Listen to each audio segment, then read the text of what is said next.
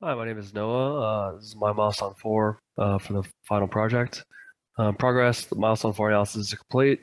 Concerns, does my data just look overall correct? And does all the required information that you require provided? Finally, continue to complete the rest of the project. So here's my calibration versus manufacturer curve. Orange is the manufacturer's curve. It's a little steeper than the calibration data, but I think that's okay. I think obviously the real life and compared to theoretical is gonna be a little bit different. Um, Natural log plots of the error fraction. Used a window of 30, um, but the smooth data looks pretty good. I mean, you don't get a lot of noise. The smoothness of it's a little jagged, but I don't think smoothing is really going to take that out a whole lot more. And this one looks really good. It's just very straight. The trend line lines up with it extremely well. Um, and then explain how I got selected window sizes, how I get time costs. So here is my calibration data. Move my face out of the way.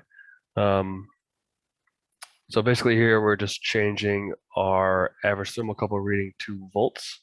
This is for ambient temperature, this is for the ice bath, and then the volts have been calculated for the average thermocouple readings. Here's all that data, pretty much the same as before. So you guys have seen this before from the earlier milestone. All my boiling water trials, like I said, my ice bath ambient temperature trials. And then here's that graph that you guys already saw.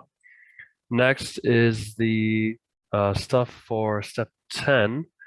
Here's our two trials, 1 and 2. You guys have seen these graphs before, these two.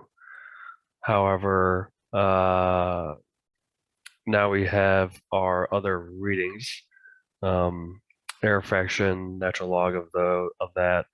And here's our window sizes. So I tried Windows 10, 20, and 30, and when I got to 30, I honestly liked it. I didn't see a really reason to keep going, just because this looks pretty smooth so far.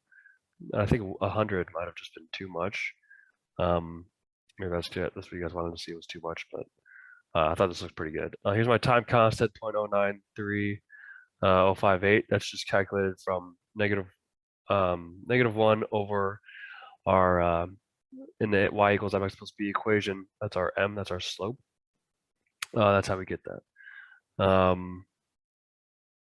And then back to windowing, yeah, just window number 10, you have super jagged.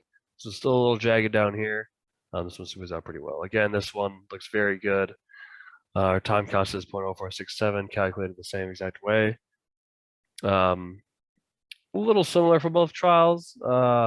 It's more off than I thought, which may be a calculation error on my part. I'm not sure, just because of how similar these trials look.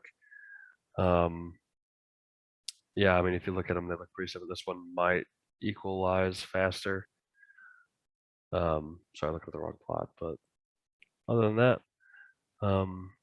make sure I answered all the questions. And show our calculations. RT, this is just our initial steady state values. These are done for the first like 300 values, the last 300 values from up here and down here. Initial steady state, same thing. Over here, these are calculated from those. And then these are just the ln of this column. And that's it.